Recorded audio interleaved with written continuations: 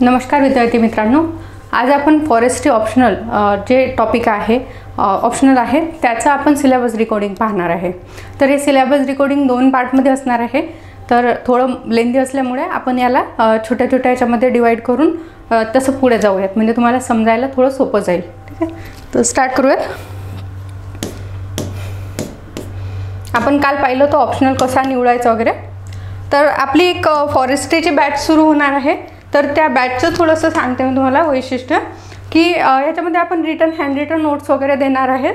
त्याच्यानंतर कॉम्प्रेहेन्सिव्ह आपल्याला जे काही टॉपिक्स असतील त्याचं कॉम्प्रेहेन्सिव्ह नॉलेज वगैरे देणं हे आमच्याकडे असेल। त्याच्यानंतर जे काही डाऊट्स येतील, हे जेव्हा आपण शिकत असो तर शिकत असताना जे काही डाऊट्स येतील ते तुम्ही नोट डाऊन करू शकता। आणि आठवड्याच्या शेवटी आपण इंटरॅक्टिव्ह सेशन घेऊ। सुरुवातीला काही दिवस आपले फक्त इंटरॅक्टिव्ह सेशन्स डाऊटबद्दल असतील, की अभ्यास कसा करायचा, नियमन कसं करायचं, अभ्यासाला वेळ किती द्यायचा वगैरे हे आपण पाहणार आहे। आणि त्याच्यानंतर आपण हळूहळू जसे जसे हे टॉपिक होतील तर रिव्हिजन जशा जशा पळत जातील तुमच्या अभ्यासाच्या, त्यानुसार आपण टॉपिक वाईज आणि मग कॉम्प्रेहेन्सिव्ह टेस्टसुद्धा याच्यात इन्क्लूड करणार आहे। तर टेस्ट थोडे आपण लेट घेऊयात, जेणेकरून तुमचा समजल्यानंतर जे त्याच्यावर रिव्हिजन पडतील त्याचा त्याच्यात फायदा होईल। ठीक आहे, तर याच्यामध्ये आपण काय करणार आहे, एक तर टॉपिकचा जे काही आहेत आपले कॉम्प्रेहेन्सिव्हली आपण ते कन्सेप्ट समजून घेणार आहे। त्याच्यानंतर जो काही डेटा असणार आहे तो आपण त्याच्यात कसा आठवण ठेवायचा, कसा लिहायचा, कसा वापरायचा हे त्याच्यामध्ये पाहणार आहे। आणि तिसरं म्हणजे जे की टॉपिक थोडेसे आपल्या आधी झालेले आहे त्याला आपल्याला फॉरेस्ट्रीच्या वेनी कसं रिप्रेझेंट करायचं ते आपण त्याच्यामध्ये शिकणार आहे। ठीक आहे, तर ह्या बॅचचं जर तुम्हाला इन्क्वायरी करायची असेल आणखी तर ह्या नंबरवर कॉन्टॅक्ट करू शकता। ओके, तर फॉरेस्ट्री काय आहे आणि सिल्व्हिकल्चर काय आहे हे पाहण्याआधी आपण थोडंसं बॅकग्राऊंड सांगते तुम्हाला, की फॉरेस्ट्रीची सुरुवात कुठून झाली होती।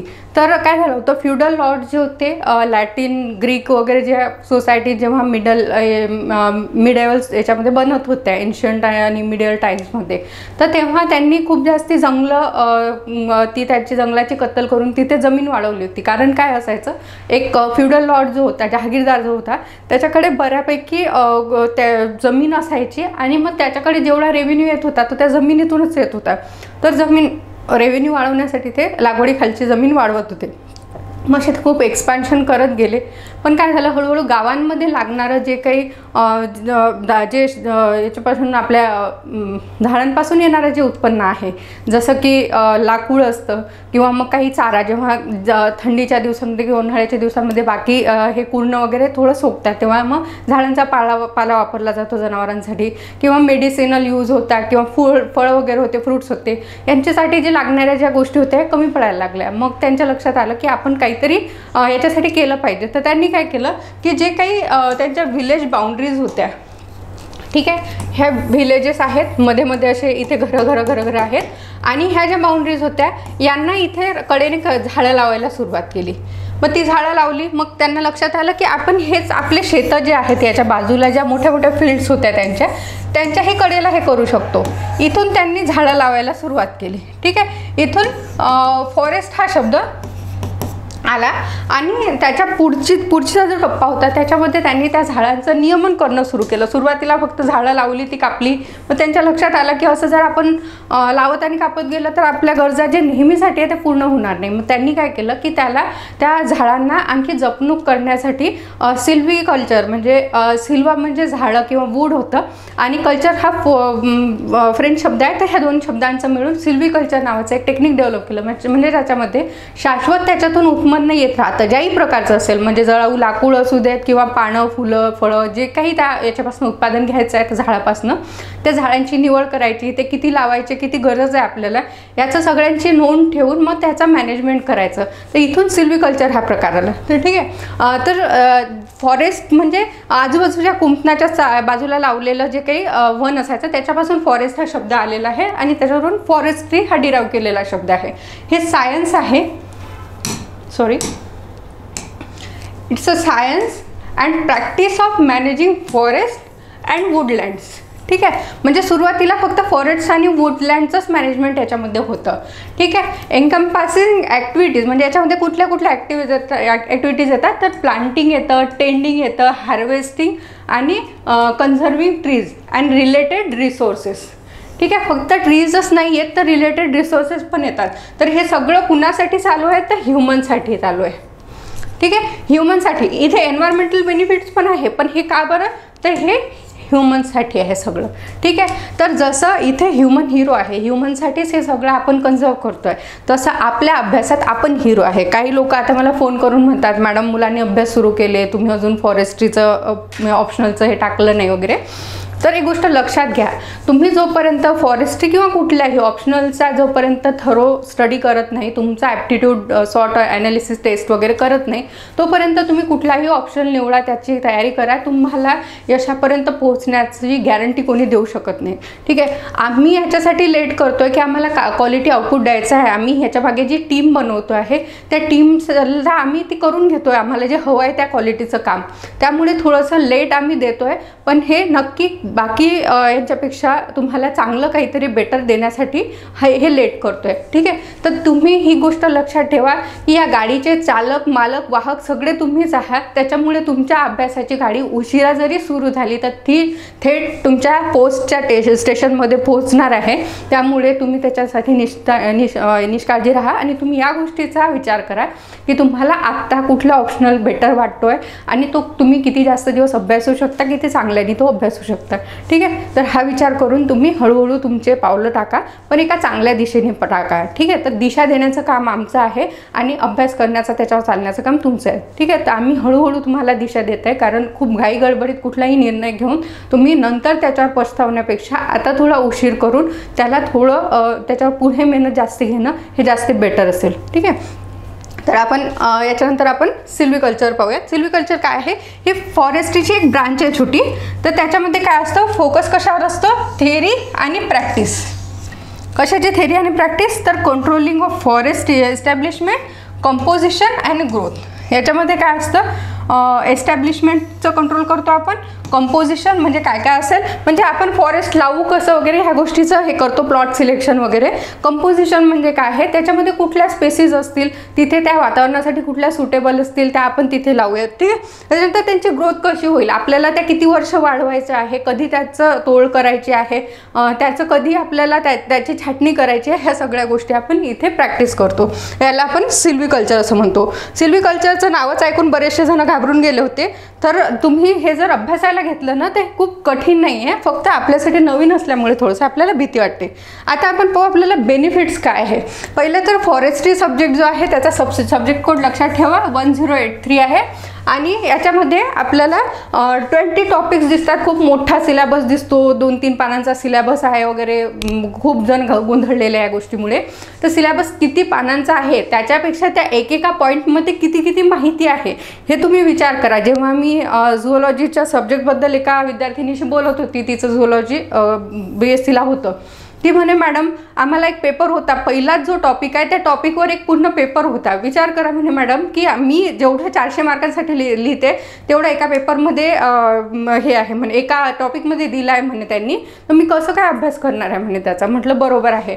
त्याच्यानंतर मग तिनेच मला स्वतःहून सांगितलं की नाही म्हणे, हा इतक्या कमी वेळात आणि इतक्या चांगल्या याने अभ्यास करून प्रोसेस करून लिहिण्यासारखा पेपर मला वाटत नाही म्हणे, जरी माझं झुओलॉजी हे असलं तरी. तर त्या मुलीने ते प्रांजळपणे मान्य केलं आणि मग तिने सांगितलं की मला आता तुम्ही काय आहे ती डायरेक्शन द्या. ठीक आहे. तर हे तुमचं तुम्हाला समजेपर्यंत तुम्ही स्वतःला वेळ द्या. तुम्ही खूप घाई करू नका की बाकीचे फॉर्म भरताय, मैत्रीण भरते, मित्र भरते, वेळ निघून जाईल. नाही जाणार आहे, वेळ आहे तुम्हाला, तुम्ही आरामात फॉर्म भरू शकता. तुम्ही बाकी डिटेल्स तुमचे व्यवस्थित फिल करा. फक्त ऑप्शनल आणि फी भरायचं तुम्ही बाकी ठेवू शकता. बाकी तुमचे प्रोफाईल वगैरे अपडेट आहे की नाही त्याकडे लक्ष द्या आणि सोबत ऑप्शनलची निवड तुमची चांगली करा. तुमचे 15ही दिवस गेले तरी चालतील, पण एकदा तुम्ही योग्य ऑप्शनल निवडला तर मग तुमचं जे काही सुरुवात होईल ना ती बेस्ट स्टार्ट होईल तुमचा. आणि मग त्याच्यानंतर तुम्ही किती सुसाट वेगाने गेला तरी तुमचा रस्ता बरोबर असल्यामुळे त्या तुम्ही डेस्टिनेशनला पोहोचणार आहे. ठीक आहे. तर आपण याच्यामध्ये पाहणार आहे की आता आपल्याला कसं फॉरेस्ट्री शिकायचं आहे. तर फॉरेस्ट्रीचे आपण 5 भाग करणार आहे. पहिला म्हणजे सिल्व्हिकल्चर. आता आपण सिल्व्हिकल्चरची डेफिनेशन पाहिली तर त्याच्याबद्दल डिटेल आहे. जवळपास 35 ते 40% सिलेबस याच्यामध्ये कव्हर होतो. ठीक आहे. नंतर फॉरेस्ट मॅनेजमेंट. तर फॉरेस्ट मॅनेजमेंट म्हणजे काय, फॉरेस्ट प्रॅक्टिसेस, मॅनेजमेंट प्रॅक्टिसेस कशा असतात. त्यानंतर फॉरेस्ट प्लॅन असतात, तो एक लॉंग टर्म प्लॅन असतो, काही ॲन्युअल प्लॅन असतात, ते आपण शिकणार आहे. ठीक आहे. फॉरेस्ट पॉलिसीज वगैरे शिकणार आहे. आहे, रेग्युलेशन, कुठले कुठले आपल्यासाठी पॉलिसीज आले, कुठले त्याच्यासाठी लॉज आले, ते आपण सगळं याच्यामध्ये शिकणार आहे. ठीक आहे. थर्ड आहे एन्व्हायरमेंट अँड बायोडायव्हर्सिटी. तर एन्व्हायरमेंट अँड बायोडायव्हर्सिटी काही वेगळं नाही आहे, हेच शिकायचं आपल्याला की एन्व्हायरमेंट, क्लायमेट चेंज वगैरेचा काय फरक पडतो आहे, पोल्युशनचा काय फरक पडतो आहे, बायोडायव्हर्सिटी कशी कमी होते, कशी आपण त्याला वाचवू शकतो, किंवा बायोडायव्हर्सिटीच्या वाचवण्यासाठी प्रयत्न करताना आपण फॉरेस्ट्रीला कुठे दुय्यम मानलं का, ह्या सगळ्या गोष्टी आपल्याला शिकायच्या आहे फक्त फॉरेस्ट्रीच्या पॉईंट ऑफ व्ह्यूनी, की आपण फॉरेस्ट्री आणि बायोडायव्हर्सिटी दोन्ही कसे कन्झर्व करू शकतो, ह्या सगळ्या गोष्टी आपल्याला इथे शिकायच्या आहेत. तर ऑलरेडी आपलं बेसिक झालेलं असतं, प्रीमध्ये आपण बेसिक्सचा अभ्यास केलेला असतो, त्याच्यामुळे फक्त आपल्याला लिंक करायचं आहे की कुठे आपण कसं याला टर्न करू शकतो, त्यावेळी लिहू शकतो. आपण ह्याचे आयडियाज खूप चांगल्या डेव्हलप करणार आहे आणि याचे कन्सेप्टसुद्धा परत शिकणार आहे. ठीक आहे. त्याच्यामुळे हा तुमच्या ओळखीचा हे असल्यामुळे हा खूप बेनिफिशियल तुम्हाला टॉपिक मिळतो. ठीक आहे. त्याच्यानंतर ॲग्रिकल्चरचे काही पोर्शन आहे. ॲग्रिकल्चरमध्ये सगळ्यात कॉम्प्लिकेटेड जो मुलांना भीतीदायक वाटणारा प्रकार आहे तो म्हणजे सॉईल आणि त्याचं कंपोजिशन वगैरे जे आहे. तर सॉईलचे काही लेयर्स असतात, त्याचे कंपोनंट असतात, काही त्याचं कंपोजिशन असतं, त्याचे पार्टिकल्स असतात, त्या पार्टिकलचं मेजरमेंट असतात, केमिकल फॉर्म्युलाज असतात. ठीक आहे. त्याच्यानंतर सॉईल मॉइश्चर कन्झर्वेशन असतं, वॉटरशेड मॅनेजमेंट वगैरे असतं. तर हे मुलांना थोडंसं असं वाटतं की काहीतरी वेगळं आहे, मी काहीतरी वेगळं शिकतो आहे, पण जेव्हा तुम्ही हे शिकायला लागता ॲक्च्युली तर तेव्हा तुम्हाला इंटरेस्ट डेव्हलप होतो, कारण हे एकमेकांना लिंक्ड आहे आणि आपण कुठेतरी हे शिकलेलं आहे. म्हणजे तुम्ही एन्व्हायरमेंट शिकताना जिथे कार्बन सायकल, नायट्रोजन सायकल वगैरे शिकलेलं असतात, त्याच तुम्हाला परत इथे शिकायचं आहे. फक्त त्या फॉरेस्ट्रीमध्ये कशा उपयोगात येतात, झाडं त्याला कसं वापरतात, हाच एक फक्त वेगळा अँगल असतो. आणि तो शिकताना जेव्हा आपण तो झाडांच्या संदर्भात शिकतो ना, तर तिथे काहीतरी इंटरेस्टिंग आपल्याला नवीन नवीन मिळतं. तर ते शिकत असताना पण खूप चांगलं आपण लिंक करून शिकल्यामुळे आपल्याला आवडायला लागतं, याची मी तुम्हाला गॅरंटी देऊ शकते. ठीक आहे. त्याच्यामुळे हा कठीण नसला तरी थोडासा वेगळा आणि कॉम्प्लिकेटेड वाटणारा विषय आहे. तर आपण हाही थोडासा याला थोडं जास्ती वेळ देऊन हा कव्हर करू. ठीक आहे. मग अदर टॉपिकमध्ये काय येतं, अदर टॉपिकमध्ये येतं ॲग्रो फॉरेस्ट्री, त्याच्यानंतर ट्रायबलॉजी, जे ट्रायबल लोकांचं जे काही नॉलेज आहे, तर इथेनं बॉटनी वगैरे ह्या सगळ्या गोष्टी अदर टॉपिक्समध्ये येतात. ठीक आहे. तर आपण हे हळूहळू त्या पार्टनुसार आपण शिकायला सुरुवात करू. त्याच्याआधी आपण जो सिलेबस आहे त्याच्यावर एकदा नजर टाकून घेऊया.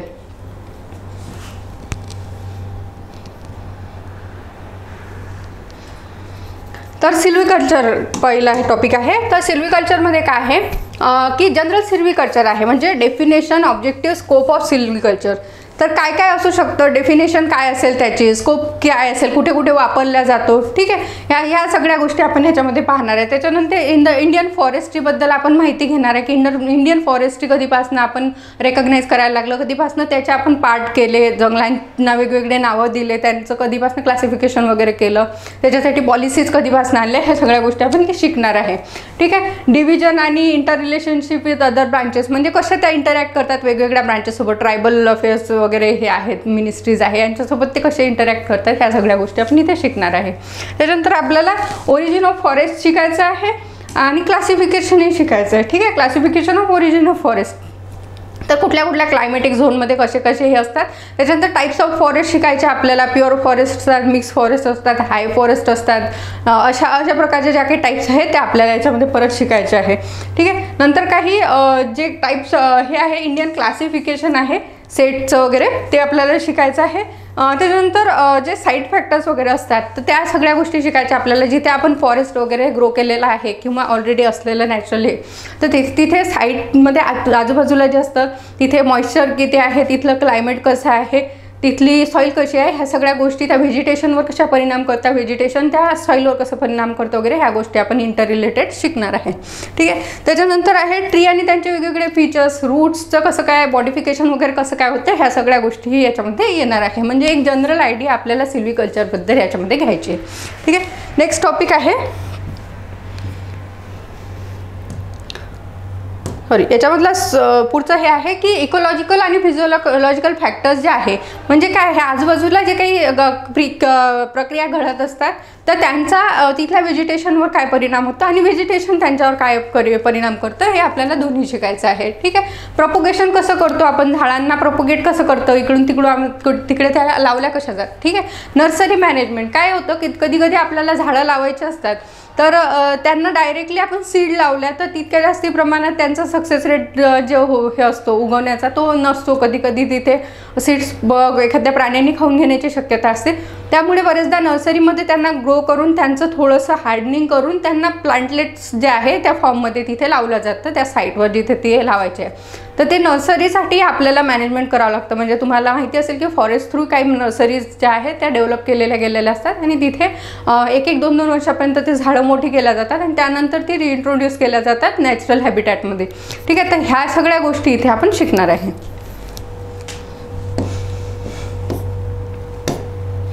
सिल्व्हिकल्चरल सिस्टीम्स. आता सिस्टीम म्हणजे काय, आपण थोडंसं आता जनरल आयडिया घेतली, आपण थोडंसं पुढे जाणार आहे त्याच्यामध्ये टेक्निकल ॲस्पेक्ट्समध्ये जाऊयात त्याच्या की आपल्याला ज्या काही सिस्टीम्स आहे क्लासिफिकेशन ऑफ सिस्टीम आणि त्यांचे मॉडिफिकेशन वगैरे काय आहे. त्याच्यानंतर clear felling, shelterwood system, selection system, coppice system, या सगळ्या सिस्टीम्स आहेत त्याच्या ते आपण डिटेलमध्ये स्टडी करणार आहे.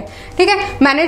मॅनेजमेंट कसं करणार आहे वेगवेगळ्या क्लायमेटिक झोनमध्ये म्हणजे टेम्परेट, सब ट्रॉपिकल वगैरे इथे वेगवेगळ्या याच्यामध्ये सिल्व्हिकल्चरल प्रॅक्टिसेसमध्ये आपण काय काय चेंजेस करतो, कसं त्याच्या वातावरणाच्या याने आपण त्या झाडांची जी देखभाल आहे ती कशी वेगवेगळी हे करत असतो हे त्याच्यामध्ये सांगण्यात येणार आहे. ठीक आहे. नंतर चॉईस ऑफ स्पेसिस. तर कुठले आपण वेगवेगळ्या क्लायमेटिक फॅक्टरमध्ये कसे चूज करणार आहे, कुठले फॅक्टर्स असणार आहे त्याला अफेक्ट करणारे, ह्या सगळ्या गोष्टी पाहणार आहे. ठीक आहे. एनरिचमेंट मेथड, टेक्निकल कन्स्टेंट वगैरे काय असणार आहे त्याच्यामध्ये, आपण त्याला चांगलं अजून बेटर कसं करू शकतो, त्यांना न्यूट्रिएंट कसे देऊ शकतो. ठीक आहे. त्याला मेकॅनाइज कसं हे करू शकतो, त्या सगळ्या गोष्टींना एरिया सीडिंग वगैरे ह्या सगळ्या गोष्टी आपण इथे पाहणार आहे. मँग्रोव्ह. आता हे थोडासा सोपाई आणि इंटरेस्टिंग हे पार्ट आहे आपल्या याच्यामध्ये. खूप चांगलं हे आहे. मँग्रोव्ह आपण नेहमी पाहत असतो म्हणजे शिकत असतो पाहत असतो की एक वेगळं व्हेजिटेशन आहे ते खूप डेव्हलप्ड आणि खूप इकॉलॉजिकली खूप युनिक फीचर आहे एक मँग्रोव्ह म्हणजे. तर हे काही खारफुटीचे जंगलं वगैरे असतात तर त्यांच्यामध्ये ज्या ॲडॅप्टेशन झालेलं आहे त्याच्यानुसार त्यांचे उपयोगही वेगळे आहेत. त्यांची जी सिल्व्हिकल्चरल प्रॅक्टिसेस म्हणजे त्यांची तोडण्याची किंवा वाढवण्याची, नर्सरी बनवण्याची सुद्धा प्रक्रिया पूर्णपणे वेगळी आहे जनरल याच्यापेक्षा. त्याच्यामुळे याला वेगळा पार्ट म्हणून कन्सिडर केला, याला वेगळं शिकल्या जातं. ठीक आहे. तर आपण हे सगळं शिकणार आहे की मँग्रोव्ह काय असतं, त्याचं हॅबिटॅट आणि त्याच्या कॅरेक्टरिस्टिक्स कशा असतात. ठीक आहे. त्याच्यानंतर प्लांटेशन एस्टॅब्लिशमेंट कसं करतो आपण, डिग्रेडेड मँग्रोव्ह जे असतं त्याला परत आपण रिहॅबिलिटेशन वगैरे कसं करतो त्याचं. ठीक आहे. सिल्व्हिकल्चरल सिस्टीम कशा असतात आणि जे काही नॅचरल डिझास्टर असतात त्याचं प्रोटेक्शन कसं करू शकतो आपण मँग्रोव्हचं त्याच्या अगेन्स्ट. ठीक आहे. ह्या गोष्टी इथे येतात. नंतर कोल्ड डेझर्ट एक खूप इम्पॉर्टंट आणि खूप इंटरेस्टिंग फीचर आहे आपल्या याचं. जसं लडाख साईडला वगैरे जे आहे किंवा वर गोबी डेझर्ट वगैरे आहे, तर इथे काय होतं की खूप जास्त स्नो असतो, कमी वेळासाठी सूर्यप्रकाश असतो, त्याच्यामुळे एकदम वेगळ्या प्रकारच्या वनस्पती तिथे इव्हॉल्व झालेल्या असतात. तर मग अशा झोनमध्ये आपण कोणत्या वनस्पती लावायच्या, तर त्या वनस्पतींचा आपल्या याच्यामध्ये काय उपयोग होतो, म्हणजे इंडस्ट्रीमध्ये वगैरे काय उपयोग होतो किंवा मेडिसिन्समध्ये काय उपयोग होतो, ह्या सगळ्या गोष्टी आपल्याला याच्यात शिकायच्या. सोबतच त्यांचं मॅनेजमेंट प्रॅक्टिसेस कशा असतात, सिल्व्हिकल्चर तिथे कसं वेगळ्या पद्धतीने काम करतं हे सगळं आपण शिकणार आहे. तिथल्या काही बेसिक ज्या काही स्पेसीज असतात त्यांचे थोडेसे नावं, सायंटिफिक नेम्स वगैरे आपण ते पाठ करून घेणार आहे. ठीक आहे. तर हे इथे असणार आहे. ह्याच्यामध्ये काय असणार आहे, काय characteristics, identification, management of species. Next असेल आपल्याला आता हा थोडा पाठांतराचा भाग आहे सिल्व्हिकल्चर ऑफ ट्रीज. तर तुम्ही जर थोडी मेहनत घ्यायला तयार असाल स्वतःहून आणि या इनिशियल स्टेजमध्ये जर तुम्ही ही मेहनत घ्यायला तयार असाल तर खूप चांगले मार्क देणारा आणि खूपच सोपा म्हणजे एकदमच काय म्हणत त्याला आपल्याला असं ताट वाढून दिल्यासारखं समोर की हे घ्या सगळं आणि जेव्हा फक्त एवढंच काम करायचं आहे. तर आपल्याला पूर्ण ताट काय दिलेलं आहे, ह्या 30+ स्पेसीस दिलेल्या आहे आणि ह्या तुम्ही पाठ करा. यांचे जे सायंटिफिक नेम, कॉमन नेम आहे ते पाठ करा. त्यांचे फोटोज एकदा पहा, त्यांचे कॅरेक्टरिस्टिक्स थोडेसे लक्षात ठेवा, त्यांचे यूज लक्षात ठेवा आणि झालं. तुम्ही त्याच्याबद्दल फक्त तिथे लिहून या. तुम्हाला स्ट्रेट फॉरवर्ड प्रश्न विचारले जातात, त्याच्यावर खूप जास्ती ट्विस्टेड प्रश्न नसतात. तुम्हाला जे येत आहे तिथे जे विचारलं आहे ते जर तुम्ही व्यवस्थित लिहून आले स्टेप बाय स्टेप, तुम्हाला पूर्णपैकी पूर्ण मार्क मिळण्याची शक्यता असते. इतका चांगला हा टॉपिक आहे. फक्त मुलांना भीती वाटते की इतक्या सगळ्या स्पेसिस मी कशा पाठ करू. काही नाही, तुम्ही एक स्पेसिस जरी आज एका झाडाचं नाव आणि पूर्ण कॅरेक्टरिस्टिक जरी लक्षात ठेवले तर तुम्ही आजपासून जर सुरुवात केली म्हणजे कोर्स चालू झाल्यापासून, तर तुम्हाला हार्डली 1.5 महिना लागतो ह्या सगळ्या स्पेसिस पूर्ण पाठ करायला, जर एक स्पेसिस केलीत. आणि तुम्ही जर मेहनत करायला तयार असाल, 2-3 जर केल्या तर हार्डली 1 महिन्याच्या आत तुमचं सगळं हे झालेलं कव्हर झालेलं असेल. आणि याला पाठ करायला 10 मिनिटाच्या वर लागत नाही, कारण खूप सोप्या गोष्टी आहेत. हे सगळे जे नावं दिसत आहेत ना, हे सगळे आजूबाजूचे झाड आहेत आपल्या. जेव्हा आपण फोटो पाहतो तर म्हणतो अरे हे झाड आहे का, हे तर मी पाहिलं आहे. म्हणजे आमचं स्वतःचं हे झालेलं आहे, त्यामुळे सांगते की खूप सोपं आहे. खूप लोक ह्याला घाबरत आहेत, मला फोन करत आहेत की मॅम इतक्या सगळ्या स्पेसिसचे नाव आहे ते मला वाचतासुद्धा येत नाही, मग मी कसं करणार आहे. मी त्यांना म्हटलं शांतपणे ते सगळ्या स्पेसिसचे नावं तुम्ही एकदा टाकून पहा, तुमच्याच लक्षात येईल की हा किती मूर्खपणा आहे.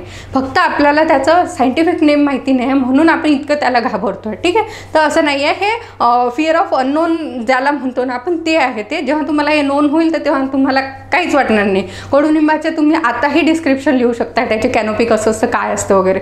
ठीक आहे, हेच सगळं इथे आहे. ते बाबळीचे नाव आहे, सिसम आहे. ठीक आहे, त्याच्यानंतर निलगिरी आहे, त्याच्यानंतर कडुनिंब आहे, चिंच आहे. हेच झाड आहेत इथे सगळे. ओके, तर ह्या सगळ्यांचं आपल्याला नावं वगैरे त्यांचं काय काय हे करायचं आहे, त्यांचं इकॉनॉमिकली इम्पॉर्टंट स्पेसिसचं आपल्याला सगळं हे पाठ करायचं आहे. म्हणजे काय काय याचं ओरिजिन कुठलं आहे, भारतातलं आहे की भारताबाहेरचं आहे, त्यांचं डिस्ट्रीब्युशन कसं आहे, ते कुठे कुठे सापडतात. ठीक आहे, त्याच्यानंतर जनरल डिस्क्रिप्शन म्हणजे आता काय की जनरली कसं दिसतं व ते झाड आहे की ती वेल आहे की ते खोटं झाड आहे की ते झुडूप आहे. ठीक आहे, हे त्याचं फिनॉलॉजी. ठीक आहे, त्याचं जे काही मेकअप आहे याच्या बॉटनिकल याच्यामध्ये, त्या सगळ्या याचं फिनॉलॉजीमध्ये आपण त्याचा अभ्यास करणार. सिल्व्हिकल्चरल कॅरेक्टर्स म्हणजे आपण त्याला मॅनेजमेंट वगैरे करताना आपल्याला जे काही कॅरेक्टर्स त्याचे ट्रेड्स दिसतात ते सगळे आपण तिथे नोट करणार आहे. रिजनरेशन मेथड, त्याला बियांमधून लावतो की त्याचे तुकडे करून लावतो की काय करतो ते सगळं इथे लिहायचं आपल्याला. मॅनेजमेंट त्याचं कसं करतो, ते स्टँड जेव्हा लावलेलं असतं त्याचं मॅनेजमेंट कसं होतं. ठीक आहे, मॅनेजमेंट प्रॅक्टिसेस, पेस्ट आणि डिसीजेस आणि economic importance of tree species in India. हे एवढं सगळं आपल्याला फक्त करायचं आहे, एवढ्या मोजक्या जे काही ट्री स्पेसिस दिलेलं आहे त्याचं. ठीक, खूप सोपं आहे हे. आणि खूप जर व्यवस्थित नीट आपण जर मॅनेज करून जर केलं ना तर खूप जास्ती मार्क फेचिंग पण आहे. ठीक, या स्पेसिसचे नावं मी वाचत बसत नाही कारण बऱ्याचशा लोकांना ही नावं कळणारही नाही.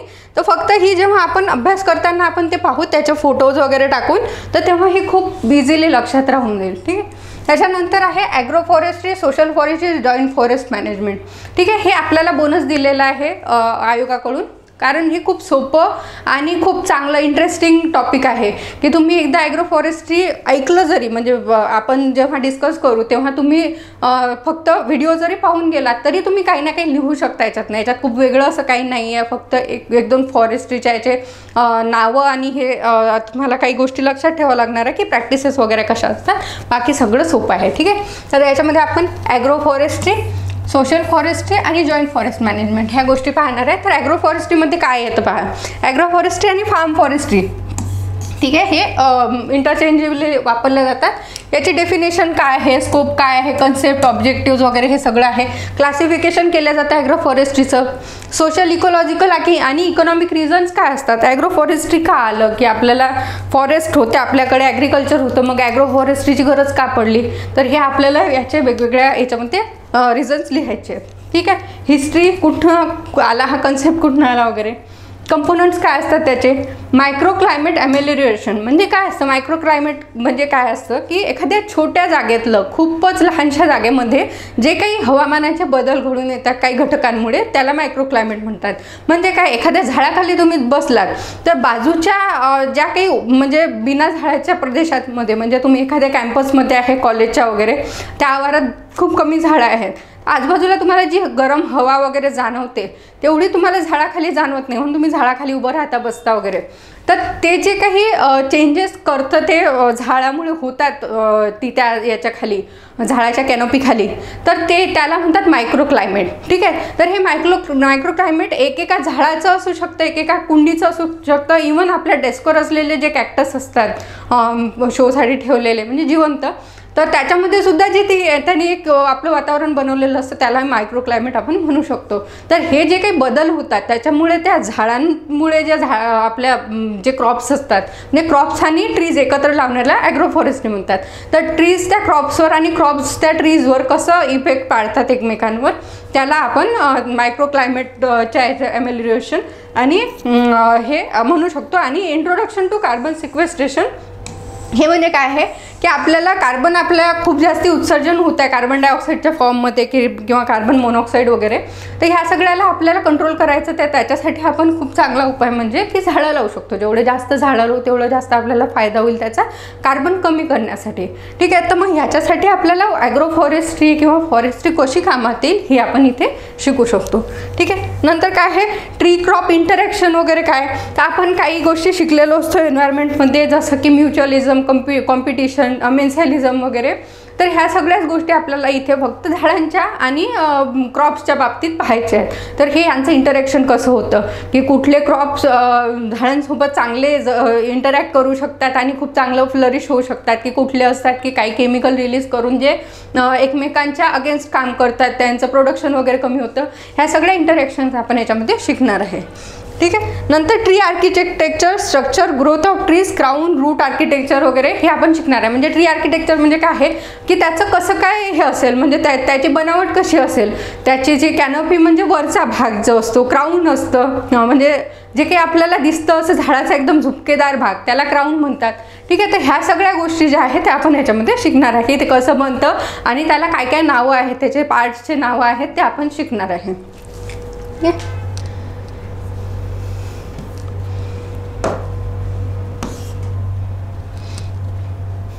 आता याच्यामध्ये काय आहे आणखी क्रॉप सिक्वेन्सिंग म्हणजे कसा सिक्वेन्स लावणार आहे आपण. आपली जी जमीन आहे त्याच्यामध्ये आपण ॲग्रोफॉरेस्ट्री तर प्रॅक्टिस करतो आहे, मग त्याच्यामध्ये आपल्याला क्रॉपचा सिक्वेन्स कसा ठेवावा लागणार आहे जेणेकरून आपल्या जमिनीची उत्पादकता कमी होणार नाही, त्याची जी उत्पादकता आहे ती टिकून राहील. आणि काही झाडं जे आहे ते असे न्यूट्रियंट्स जमिनीत सोडून जातात, म्हणजे जसं तूर लावली असेल तर ती नायट्रोजन फिक्सेशन करून बऱ्यापैकी नायट्रोजन जमिनीत राहू देते आणि त्याच्यानंतर जे पीक येतं त्याला ते उपयोगाचं असतं.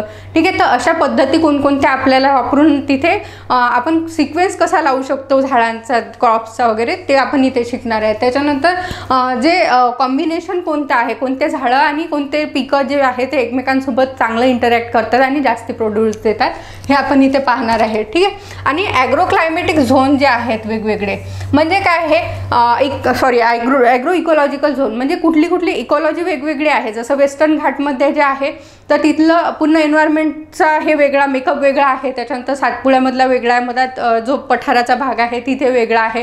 ठीक आहे. त्या पठारामध्येही वेगवेगळे पार्ट आहे. जसं पूर्वेकडे आहे तिथे पाऊस जास्त पडतो तर तिथे भात शेती वगैरे केल्या जाते. मधला थोडासा ड्राय रिजन आहे. तुम्ही बीडकडे वगैरे मराठवाड्यात जाल तर त्याच्यापेक्षा ड्राय रिजन आहे.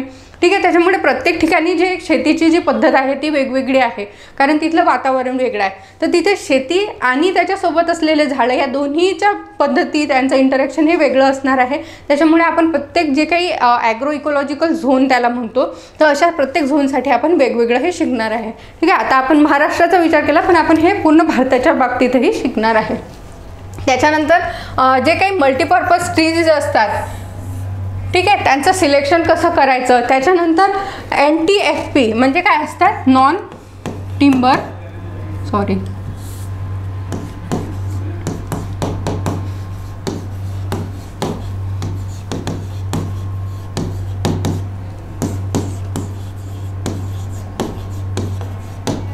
ठीक आहे. नॉन टिम्बर फॉरेस्ट प्रोड्यूस आहे हे टेक्निक्स आणि फूड फॉडर आणि फेअर सिक्युरिटी. तर काय आहे आपल्याला ह्या सगळ्या नॉन टिम्बर फॉरेस्ट प्रोड्यूस वगैरे कसं मिळवायचं वगैरे हे आपण इथे पाहणार आहे. आणि फूड फॉडर म्हणजे आपल्यासाठी अन्नाची तरतूद, त्याच्यानंतर जनावरांसाठी अन्नाची तरतूद. फॉडर म्हणजे जनावरांचा चारा आणि त्याच्यानंतर फ्युएल सिक्युरिटी, म्हणजे जिथे कुठे आपल्याला जळाऊ इंधनाची किंवा लाकडाची गरज पडते तिथे आपल्याला ते नेहमी मिळालं पाहिजे. तर त्याची जी एक तरतूद असते त्याला म्हणतात सिक्युरिटी.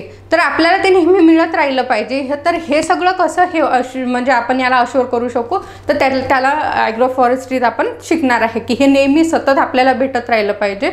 याचा अविरत जो आहे तो आपल्याला याची घेणं तिथून होत असलं पाहिजे आणि त्याचं रिजनरेशनसुद्धा सोबत होत राहिलं पाहिजे त्याच रेटनी.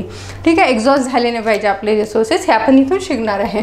त्यानंतर design and diagnosis under agro forestry. मग याच्यामध्ये डिझाईन वगैरे कसं करणार आहे आपण, त्याच्यामध्ये काय काय डायग्नोसिस करणार आहे, कुठल्या फॅक्टरचा विचार करणार आहे, हे सगळं तिथे येणार आहे. नंतर आहे सोशल कम्युनिटी फॉरेस्ट्री आणि अर्बन फॉरेस्ट्री. तर सोशल आणि कम्युनिटी फॉरेस्ट्रीमध्ये काय हे असतं बघा. सोशल फॉरेस्ट्री काय आहे की याच्यामध्ये गव्हर्नमेंटच्या ज्या काही इनिशिएटिव्ज असतात, समजा काही पार्कच्या आजूबाजूला लावलेले असतात, रस्त्यांच्या आजूबाजूला काही झाडं लावलेले असतात. तर ह्या सगळ्या ज्या काही प्लांटेशनच्या प्रॅक्टिसेस होत राहतात डिपार्टमेंटकडून किंवा मग काही NGOज आणि डिपार्टमेंट वगैरे मिळून लावतं, ते गव्हर्नमेंटकडून बऱ्यापैकी हे केल्या जातात, कार्यक्रम राबवले जातात. त्याला म्हणतात आपण सोशल फॉरेस्ट्री. ठीक आहे. कम्युनिटी फॉरेस्ट्री म्हणजे काय आहे, काही कम्युनिटीज एकत्र येतात, त्या आपले जंगलं स्वतः मेंटेन करतात. जसं गावाच्या बाजूला आपल्या इथे आधी गायरानांसाठी काही जागा राखीव देत होते, म्हणजे तिथे फक्त जे खुरटे झाडं आणि खोट्या वनस्पती आणि गवत उगवायचं असे गायींसाठी राखीव असायचे, चराऊ पूर्ण म्हणून. ठीक आहे. त्यानंतर काही देवाला दिलेलं असायचं, म्हणजे देवळांना वगैरे ते दान दिलेलं असायचं आणि तिथलं जे जंगल आहे त्याला कुणी हात नाही लावायचं. तिथनं कुठलंही प्रोड्यूस म्हणजे तिथनं जळाऊ लाकूड किंवा फळं वगैरे काहीच आणायचे नाही बाहेर आणि ते जंगल जे आहे त्याला प्रोटेक्टेड ठेवायचे, कारण हे देवाच्या नावाने दिलेलं आहे, तर हे सगळं देवाचं आहे असं समजून तिथे कोणी जात नव्हतं. त्याच्यामुळे काय ते जीन बँक म्हणून काम करत होते. तिथे जे काही झाडांचं जी उत्पत्ती होत होती ती खूप चांगल्या क्वालिटीचे झाडं तिथे उगवत होते आणि जर कधी इकडे दुष्काळ पडला किंवा मग एखादं झाडं जळून गेले, एखाद्या वेळी काही प्रॉब्लेम आला इथे, तर त्या जंगलामधून त्या झाडाच्या सीड्स किंवा त्याचे जे प्लांटलेट्स आहेत ते आणून इकडे लावायचे आणि परत हे रिजेनरेट करायचं, अशी सुरुवातीला एक ती सिस्टीम होती. तर त्याच्यासाठी जे काही हे होत्या, जशा देवराया वगैरे आहे कोकणात अजूनही त्या अस्तित्वात आहे. तर अशा जे काही कम्युनिटीज म्हणजे लोकसमुदायांनी जमवलेले जे काही जागा किंवा जे काही जंगलं असतील त्याला कम्युनिटी फॉरेस्ट म्हणतात. तर असे नागालँडमध्ये किंवा नॉर्थ ईस्टमध्ये ओव्हरऑल खूप जास्ती प्रमाणात आहे. नागालँड सगळ्यात जास्ती असे होस्ट करतो असे जे कम्युनिटी फॉरेस्ट आहे ते. ठीक आहे. त्याच्यानंतर अर्बन फॉरेस्ट्रीमध्ये तेच तर रस्त्याच्या कडेला वगैरे झाडं लावणं किंवा जे काही आपले हायवेज वगैरे आहेत त्याच्या बाजूला ग्रीन बेल्ट्स वगैरे तयार करणं, हे सगळं याच्यामध्ये येतं. याचे ऑब्जेक्टिव्ह काय असतात आपण हे शिकणार आहे. स्कोप आणि नेसेसिटी काय आहे, काय गरज आहे आपल्याला. ठीक आहे. लोकांचं पार्टिसिपेशन त्याच्यामध्ये कसं असतं हे आपण इथे शिकणार आहे. यानंतर खूप महत्त्वाचं आणि खूप इंटरेस्टिंग टॉपिक आहे joint forest management. Joint forest management म्हणजे काय आहे, जे नावातच आहे की जॉईंटली आपण मॅनेज करतो फॉरेस्टला तिथल्या ज्या लोकल कम्युनिटीज आहेत, ट्रायबल कम्युनिटीज, त्यांना घेऊन. ठीक आहे. तर तिथले लोकल राहणारे जे लोक आहेत त्यांनी रिसोर्सेसचा वापरही करावा, तो वापर शाश्वत असला पाहिजे आणि तो निसर्गाला हानिकारक नसला पाहिजे. या उद्देशाने त्यांना घेऊन त्यांचं इकॉनॉमिक डेव्हलपमेंट करण्यासाठी काही प्रोजेक्ट तिथे चालवल्या जातात, राबवल्या जातात. म्हणजे तिथल्या मुलांना स्वयंरोजगाराचे काही साधनं पुरवणं किंवा मग निसर्गापासूनच मिळणारं जे काही उत्पन्न आहे त्याच्यापासून ते स्वतःसाठी म्हणजे बांबूचे खूप चांगले उत्पादनं काही लोक बनवतात. काही आता मागे एक जे लँटिना कॅमेरा नावाचं एक गवत आहे, ते आपण नेहमी पाहिलं, घनेरी म्हणतो आपण त्याला. तर त्याच्या काड्यांपासून खूप सुंदर फर्निचर बनवायला शिकवलं होतं मेळघाटमधल्या मुलांना. त्यांनी खूप सुंदर चेअर्स वगैरे बनवल्या होत्या. त्याच्या एका NGOने ते प्रशिक्षण दिलं होतं. तर असे काहीतरी उद्योग चालवणं किंवा मग गव्हर्नमेंटचे जे काही डिपार्टमेंट आहे, फॉरेस्ट डिपार्टमेंट, यांच्या थ्रू इको टुरिझमसारख्या प्रोग्राम्सला प्रमोट करणं, ह्या सगळ्या गोष्टी याच्यामार्फत केल्या जातात. ठीक आहे. तर याच्यामध्ये जॉईंट फॉरेस्ट मॅनेजमेंट काय आहे, याच्यामध्ये प्रिन्सिपल्स काय आहे, याचे ऑब्जेक्टिव्ह काय आहे, मेथडॉलॉजी, स्कोप, याचे बेनिफिट काय आहे आणि याच्यामध्ये NGOजचा रोल काय आहे हे आपण पाहणार आहे. ठीक आहे. आता याच्यामध्ये डिटेल स्टेप्स इन्वॉल्ड आहे. Formation of village forest committees कसं होतं, काय होतं, त्याचं कंपोजिशन कसं असतं, जॉईंट फॉरेस्ट पार्टिसिपेटरी मॅनेजमेंट, ह्या सगळ्या गोष्टी काय असतात हे आपण याच्यामध्ये पाहणार आहे.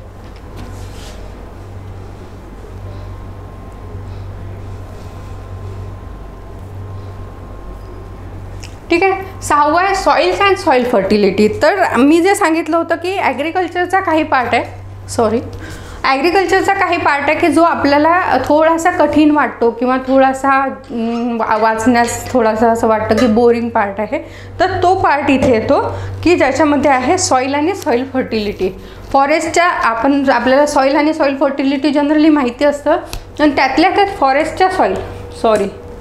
आपल्याला फॉरेस्टच्या सॉईल पाहायचे आहे, ठीक आहे. आणि फॉरेस्टच्या सॉईलची फर्टिलिटी, ह्या 2 गोष्टी आपल्याला पाहायचं आहे, ठीक आहे. फॉरेस्ट सॉईलचं क्लासिफिकेशन कसं करतो आपण, कोणते फॅक्टर त्याला अफेक्ट करतात त्याच्या फॉर्मेशनला, ठीक आहे. फिजिकल, केमिकल आणि बायोलॉजिकल त्याच्या प्रॉपर्टीज, म्हणजे तिथे कोणकोणत्या गोष्टी प्रेझेंट असतात आणि त्याचं कंपोजिशनवर वगैरे कशा त्याच्या फरक पाडतात, ह्या सगळ्या गोष्टी आपण इथे पाहणार आहे, ठीक आहे. त्याचे कॅरेक्टरिस्टिक, त्याचं क्लासिफिकेशन करणार आहे आपण.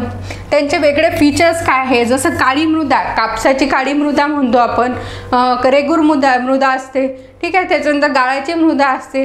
तर ह्यांचं काय वैशिष्ट्य असतं, ती त्याच्यामध्ये कोणते घटक असतात त्याच्यामुळे त्या उत्पादक असतात, किंवा कोणते घटक टाकले की ते अजून चांगले होऊ शकतात, ह्या सगळ्या गोष्टी आपण इथे शिकणार आहे, ठीक आहे. त्यानंतर formation of factors affecting soil formation तर आलेलं आहे आपलं. फिजिकल, केमिकल, बायोलॉजिकल प्रॉपर्टीज आपण शिकणार आहे. ह्या प्रॉपर्टीज 3ही याच्यामध्ये आपल्याला वेगवेगळ्या शिकावं लागणार आहे.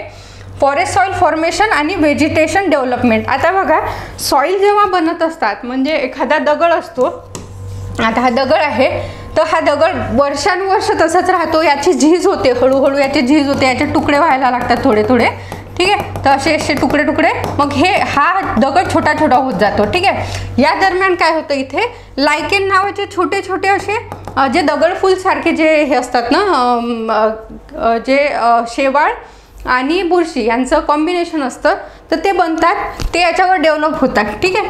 मग ते यांचं आणखी त्यांचे मुळं याच्यामध्ये जाऊन थोडं यांचं डिग्रेडेशन करतात आणि हे हळूहळू तुटायला लागतात.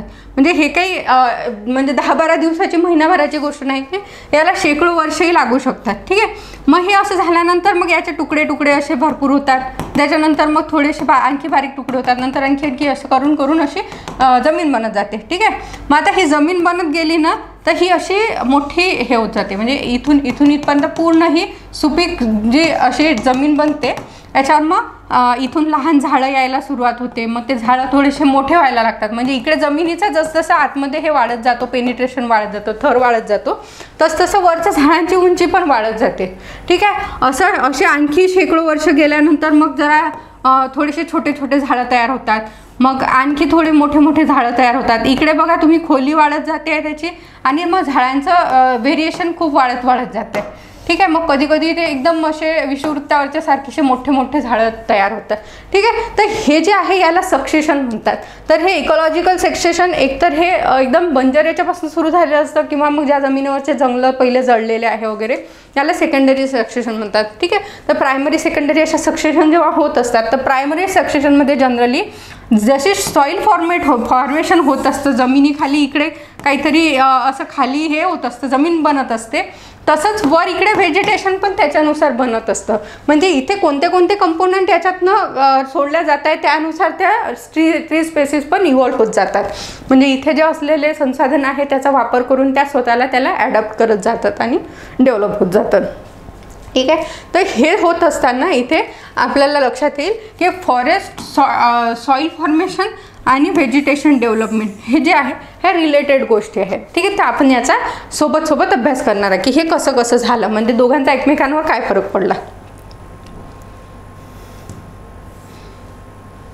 सॉईल फर्टिलिटी, तर त्याच्या प्रॉपर्टीज आपण पाहणार आहे की वेगवेगळ्या फॉरेस्ट इकोसिस्टममध्ये त्या सॉईलच्या प्रॉपर्टीज काय आहेत, ठीक आहे. Forest soil biology distribution of various micro organism, soils in organism in soils in ecosystem आणि दर इंटरॅक्शन आणि इफेक्ट्स असणार आहे, ठीक आहे. नंतर न्यूट्रियन कोणते असणार आहे, त्यांचं ऑकरन्स आपल्याला पाहायचं आहे, ठीक आहे. अवेलेबल कसं असते, अवेलेबिलिटी काय असते, कसं असते, फंक्शन्स काय असतात त्यांचे, ठीक आहे. त्याच्यानंतर डिफिशियन्सी आणि त्यांचे व्हिज्युअल सिम्पटम, म्हणजे त्याच्यामध्ये काय जे काही प्रॉब्लेम्स असतात, म्हणजे एखाद्या गोष्टीची डिफिशियन्सी जर असेल त्या झाडाला, तर त्याच्यावर काय सिम्पटम्स दिसतील, म्हणजे पानं गळतील त्याचे, की पानांवर काही प्रकारचे ठिपके पडतील, की पिवळे पडतील, की चिमतील, ह्या सगळ्या गोष्टी ज्या काही असतात त्या आपल्याला ह्या डिफिशियन्सीच्या याच्यामधून कळतात, आपण त्या शिकू शकतो. ठीक आहे, तर हे आपण इथे शिकणार आहे. Site productivity, nutrient cycling, forest oil, ठीक आहे, NPK, मॅक्रो आणि मायक्रो न्यूट्रिएंट फर्टिलायझर वगैरे ह्या गोष्टी आपण इथे पाहणार आहे. ठीक आहे, आणि यांचा फॉरेस्टमध्ये तर आपण त्याचा हे पाहणारच आहे आणि नर्सरीमध्ये पण कसा यूज करतात ते सुद्धा पाहणार आहे. नेक्स्ट आहे नायट्रोजन फिक्सेशन.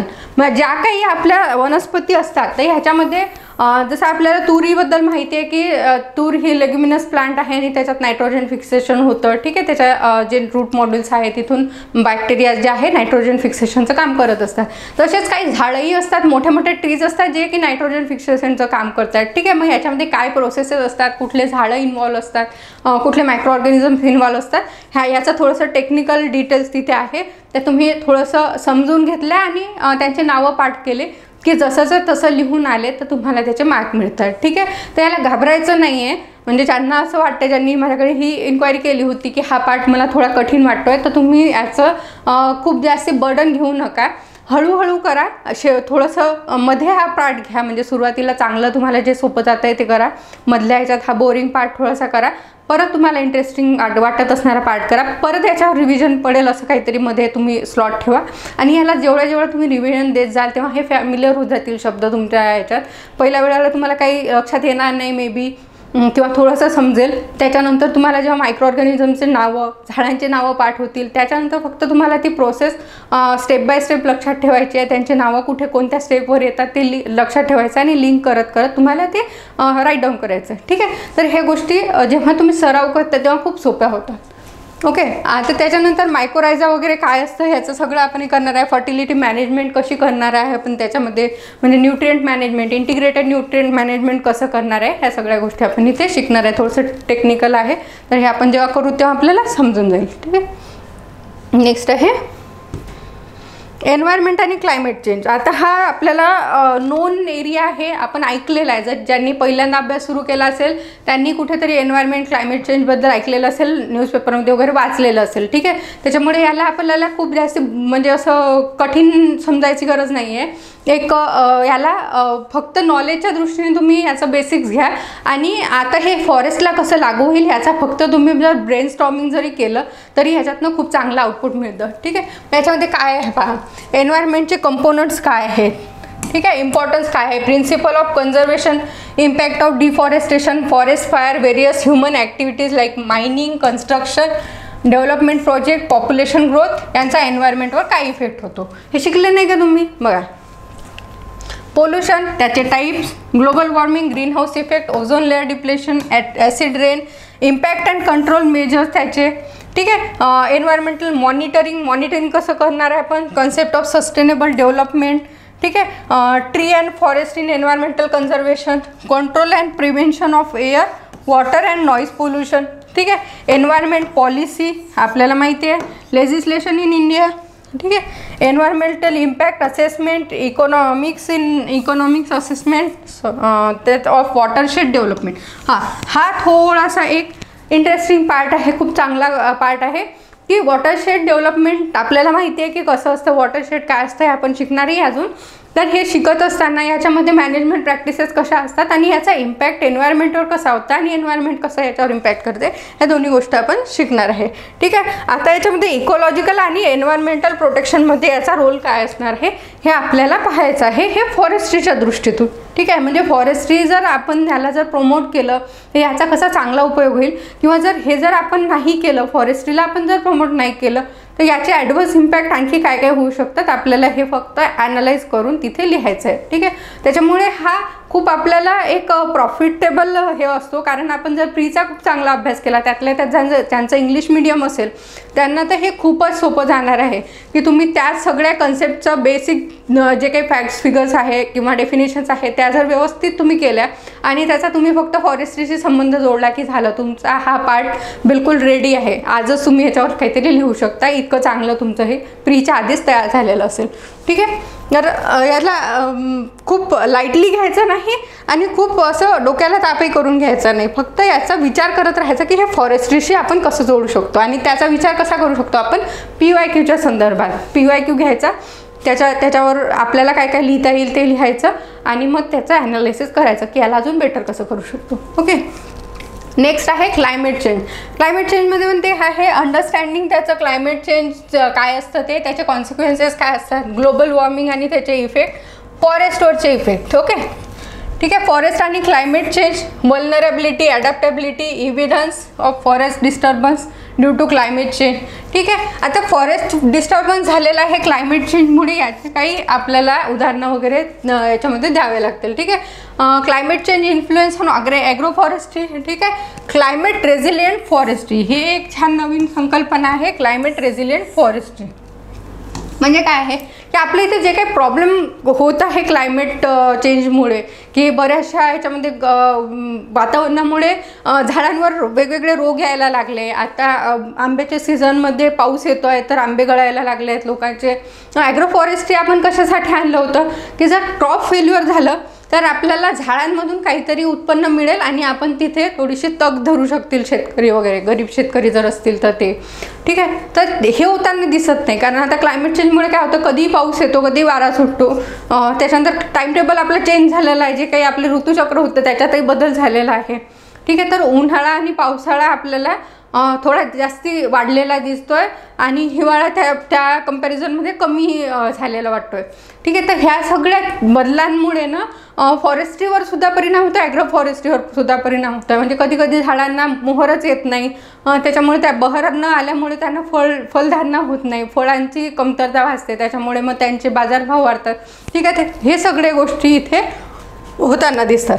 तर मग हे नाही झालं पाहिजे याच्यासाठी आपण काय करतो, क्लायमेट रेझिलियंट फॉरेस्ट्री म्हणजे काय आहे की आपण जे झाडं लावणार आहे त्याला एकतर आपण अशा याच्यातनं तयार करू अशा दृष्टीने की ते त्या क्लायमेट चेंजला ॲडॉप्ट करू शकतील. म्हणजे काही ठिकाणी आता इथे जशा आंब्याचे झाडं आहेत, म्हणजे जे आपल्या मराठा याच्यातले विदर्भातले, तर विदर्भातल्या आंब्याच्या झाडांना पाणीची गरज नसते. म्हणजे त्यांना तेवढं वातावरण नसलं, पाणी नसलं, कोरडं वातावरण नसलं तरी ते गावरान आंबे येतात. ठीक आहे, पण इथेच जर आपण हापूस आंबा लावला तर नाही जगू शकत कारण त्याला थोडंसं तापमानाची गरज असते.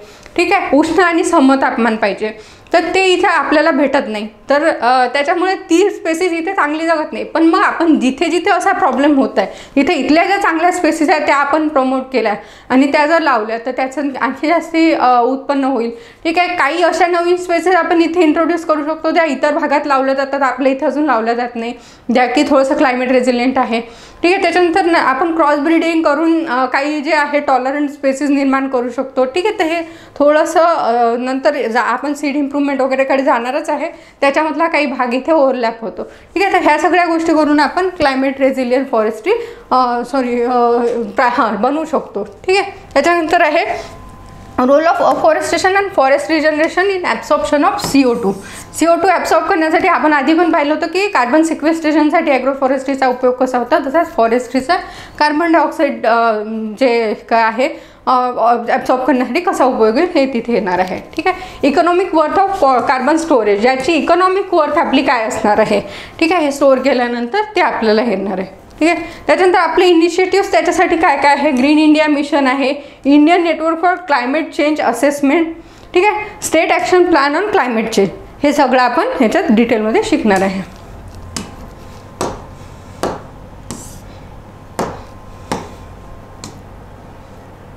आता tree improvement and seed technology हा थोडासा टेक्निकल पार्ट आहे, पण एकदा कन्सेप्ट समजली ना की मग हा खूप सोपा आहे.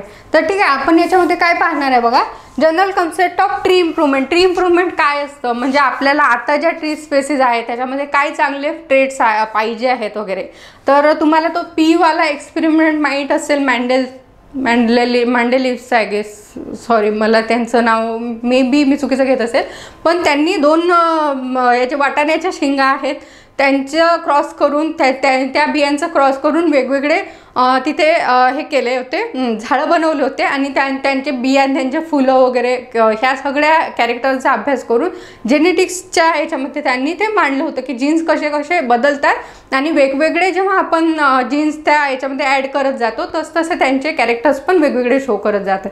तर अशीच गोष्ट आपल्याला इथे करायची असते की आपल्याला जे काही चांगले चांगले ट्रेड्स आहेत ते सगळे जमा करायचे असतात ते झाडं आणि त्यांच्यापासून आणखी चांगल्या स्पेसिस निर्माण करायचे असतात. तर ते सिलेक्शन वगैरे कसं होतं त्या सगळ्या गोष्टी आपण इथे पाहत असतो.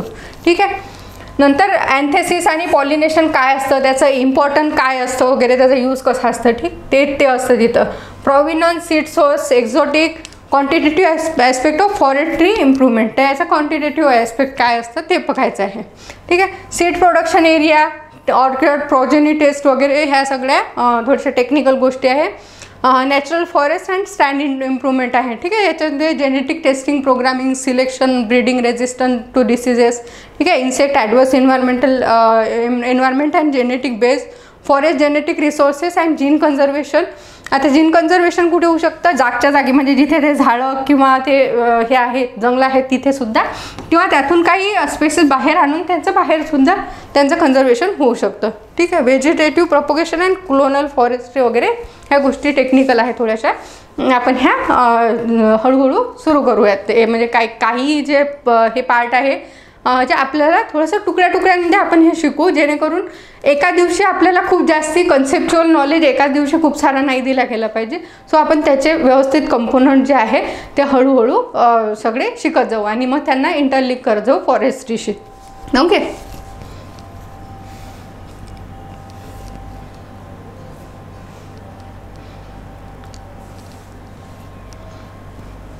बघा याच्यामध्ये आहे forest management and management history.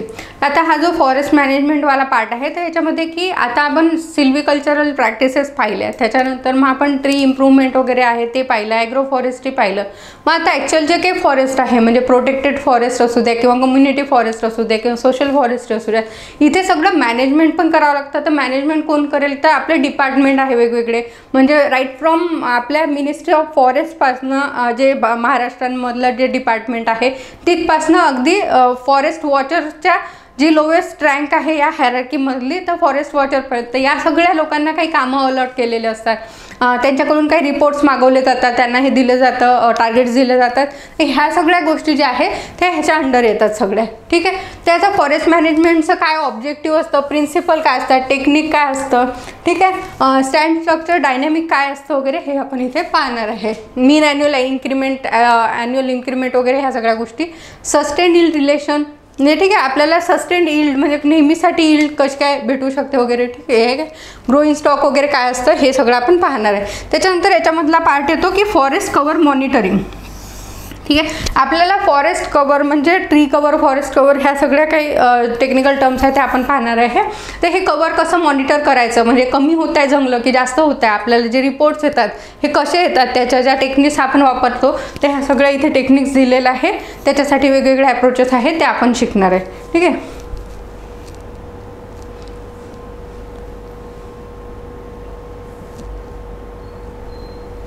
नंतर 10th आहे फॉरेस्ट वर्किंग प्लॅन. आता आपल्याला फॉरेस्ट जर मॅनेज करायचं आहे तर फॉरेस्ट ही काही छोटीशी गोष्ट नाही आहे की ती 1-2 वर्षात आपण काहीतरी तिथे केला आणि तो लगेच बदल दिसला आणि खूप त्याच्यामधनं आपण काहीतरी सबस्टेन्शियल काहीतरी आउटपुट काढलं. ठीक आहे. तर याला वर्क व्हायला काही दिवस लागतात. तर एक मिनिमम टाईम यांनी हे केलेलं आहे की 10 वर्ष आपण यांना वेळ देऊ की यांना जे काही छोटे छोटे तुम्ही प्लॅन करा आणि 10 वर्षानंतर आम्हाला त्याचा रिझल्ट आहे. तर असा एक मिनिस्ट्री ऑफ एन्व्हायरमेंट एक प्लॅन बनवते. टेंटेटिव्ह प्लॅन असतो तो सगळ्यांसाठी असतो, पूर्ण भारतभरासाठी, ते काही जंगलं असतील तिथल्यासाठी. आणि त्याच्यामध्ये त्यांना टार्गेट्स दिलेले असतात की आपल्याला ट्री कव्हर एवढं वाढवायचं आहे, फॉरेस्ट कव्हर एवढं वाढवायचं आहे, आपल्याला प्राण्यांची संख्या अशी मेंटेन ठेवायची आहे, म्हणजे मारल्या गेलेले पोचिंग झालं नाही पाहिजे वगैरे. अशा सगळ्या बाबतींमध्ये त्यांना एक तो कॉम्प्रेहेन्सिव्ह प्लॅन बनवलेला असतो जो की म्हणजे 10 वर्षाचा जनरली असतो. आणि मग त्याच्यानंतर त्याला आणखी तोडलेलं असतं. बाकी इथे जेव्हा तो महाराष्ट्रामध्ये इम्प्लिमेंट करायची वेळ येतं तेव्हा मग इथल्या डिपार्टमेंटमध्ये तो वेगवेगळ्या सर्कल वाईज त्याच्यानंतर अगदी रेंज आणि बीट वाईज तो त्याला पार्ट केल्या जातात त्याचे, आणि तो ॲन्युअली त्याला मॉनिटरिंग केल्या जातं. ॲन्युअली त्या काही टार्गेट दिल्या जातात जे की सिंक्रोनाइज असतील त्या 10 इयर प्लॅनसोबत, आणि मग ते त्या वेनी त्या ॲसेस केल्या जातात, इम्प्लिमेंट केल्या जातात, त्याच्यामध्ये इम्प्रूव्हमेंट केल्या जातात. ठीक आहे. तर ह्या सगळ्या गोष्टी जिथे होत असतात ना त्याला म्हणतात फॉरेस्ट वर्किंग प्लॅन. तर त्याच्यामध्ये फॉरेस्ट प्लॅनिंग येईल, इव्हॅल्युएशन काय असतं, मॉनिटरिंग टूल्स कोणते असतात, ॲप्रोचेस काय असतात. ठीक आहे. इंटिग्रेटेड प्लॅनिंगचे मल्टीपर्पज डेव्हलपमेंट ऑफ फॉरेस्ट. ठीक आहे. Forest resources. आता काय आहे, आपल्याला फॉरेस्ट फक्त जंगलं जतन करून चालणार नाही. आपल्याला जंगलांची गरज आहे कारण ते लंग्स आहे आपल्यासाठी, पण आपल्याला तिथे कन्झर्वेशन करायचं आहे प्राण्यांचं, झाडं आहेत त्यांचं, आणि त्याच्यातनं आपल्याला आणखी इन्कमसुद्धा घ्यायचं आहे. म्हणजे आपल्याला तिथे टुरिझम पण वाढवायचं आहे, तिथून आपल्याला सस्टेनेबल यील्ड पण मिळाली पाहिजे, जेणेकरून आपली पेपर इंडस्ट्री आहे, रेझिनवर काम करणारी जी काही रेझिन यूज करणारी इंडस्ट्रीज आहे, किंवा मग आणखी मॅच बॉक्स जे बनवतात, किंवा जे सॉफ्टवूडचे ते फळांच्या टोपल्या वगैरे बनवणारे जे आहे, तर ह्या सगळ्यांचं जे उपजीविका वगैरे आहे ती त्याच्यावर डिपेंड करते. तर त्या सगळ्या गोष्टींसाठी आपल्याला लाकूड लागत असतं. तर त्याचा आपल्याला जास्तीत जास्त सप्लाय कसा होईल आणि त्या चांगल्या क्वालिटीचा सप्लाय कसा होईल, ह्या सगळ्या गोष्टींसाठी सुद्धा आपण फॉरेस्ट मॅनेज करत असतो. ठीक आहे. फॉरेस्ट इंडस्ट्रीज डेव्हलपमेंट हा थोडासा मोठा हे आहे, इथे दिसतं तरी छोटं, तरी आपल्याला फॉरेस्टशी रिलेटेड इंडस्ट्रीज आयडेंटिफाय करायचे आहे. त्याच्यामध्ये कुठले प्रोडक्ट वापरले जातात, ते कुठून येतात, कुठल्या झाडापासून कुठलं प्रोडक्ट बनतं, हे सगळं छान त्याच्यामध्ये आपण टॅब्युलर फॉर्ममध्ये अभ्यास करणार आहे. ठीक आहे. त्याच्यानंतर वर्किंग प्लान्स असतं, वर्किंग स्कीम काय असतात, त्यांचा रोल नेचर कन्झर्वेशनमध्ये कसा असतो हे पाहणार आहे. बायोडायव्हर्सिटी आणि वेगळे डायमेन्शन्स जे असतात ते कसं असतात, प्रिपरेशन आणि कंट्रोल कसं होतं याच्या अंतर्गत. ठीक आहे. डिव्हिजनल वर्किंग प्लान्स असतात, म्हणजे डिव्हिजन लेवलवर असतात. ओके. त्याच्यानंतर ॲन्युअल प्लॅन्स ऑपरेशन असतात. वर्किंग प्लॅन प्रिपरेशन कसं होतं, objective uses forest maps and their use. ठीक आहे. तर त्याच्यामध्ये फॉरेस्ट मॅप्स वगैरे कसे वापरले जातात ह्या सगळ्या गोष्टीसुद्धा आपण पाहणार आहे.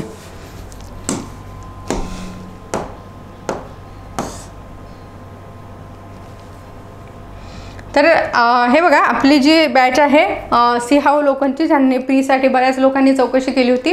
तर सिंहावलोकनची बॅच जी आहे ती थोडी लेट झालेली आहे. आपलं म्हणजे 1ला चालू होणार होती, ती 7ला आपण चालू करणार आहे. तर ह्या बॅचला जे काही इंटरेस्टेड असतील तर त्यांनी या नंबरवर कॉल करून मी सांगू शकता की तुमच्या ज्या काही क्वेरीज असतील की कसं याचं वर्किंग असणार आहे आणि कसे टेस्ट वगैरे कंडक्ट केल्या जाणार आहे, सगळ्या गोष्टी तुम्हाला इथून कळतील. ठीक आहे. ही 7 एप्रिलपासून लॉन्च होणार आहे आणि तुम्ही याचे डिटेल्स घेऊ शकता. याच्यानंतरचे जे टॉपिक्स आहेत ते आपण नेक्स्ट पार्टमध्ये बघणार आहे. ओके. थँक्यू.